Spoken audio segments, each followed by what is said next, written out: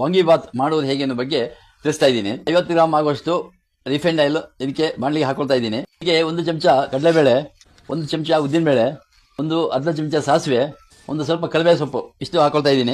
ಒಣಮೆಣಸಿನಕಾಯಿ ತುಂಡು ಮಾಡಿ ಇಟ್ಕೊಂಡು ಅದನ್ನ ಹಾಕೊಳ್ತಾ ಇದ್ದೀನಿ. ಉದ್ದಿನಬೇಳೆ ಕಡಲೆಬೇಳೆ ಸ್ವಲ್ಪ ಕೆಂಪಾಗಬೇಕು, ಸಾಸಿವೆ ಸಿಡಿಬೇಕು, ಅಲ್ಲಿವರೆಗೂ ಸ್ವಲ್ಪ ನಾವು ಇದನ್ನ ಹುರ್ಕೋಬೇಕು. 1 ಕೆಜಿ ಮೈಸೂರು ಬದನೆಕಾಯಿ ಅದನ್ನು ಚೆನ್ನಾಗಿ ಉದ್ದಕ್ಕೆ ಹಚ್ಚಿಕೊಂಡು ಅರಿಶಿನ ನೀರು ಮತ್ತು ಉಪ್ಪು ಹಾಕಿ 2 ಸಲ ಚೆನ್ನಾಗಿ ತೊಳ್ಕೊಂಡು ಅದನ್ನು ಇಟ್ಕೊಂಡಿದ್ದೀನಿ.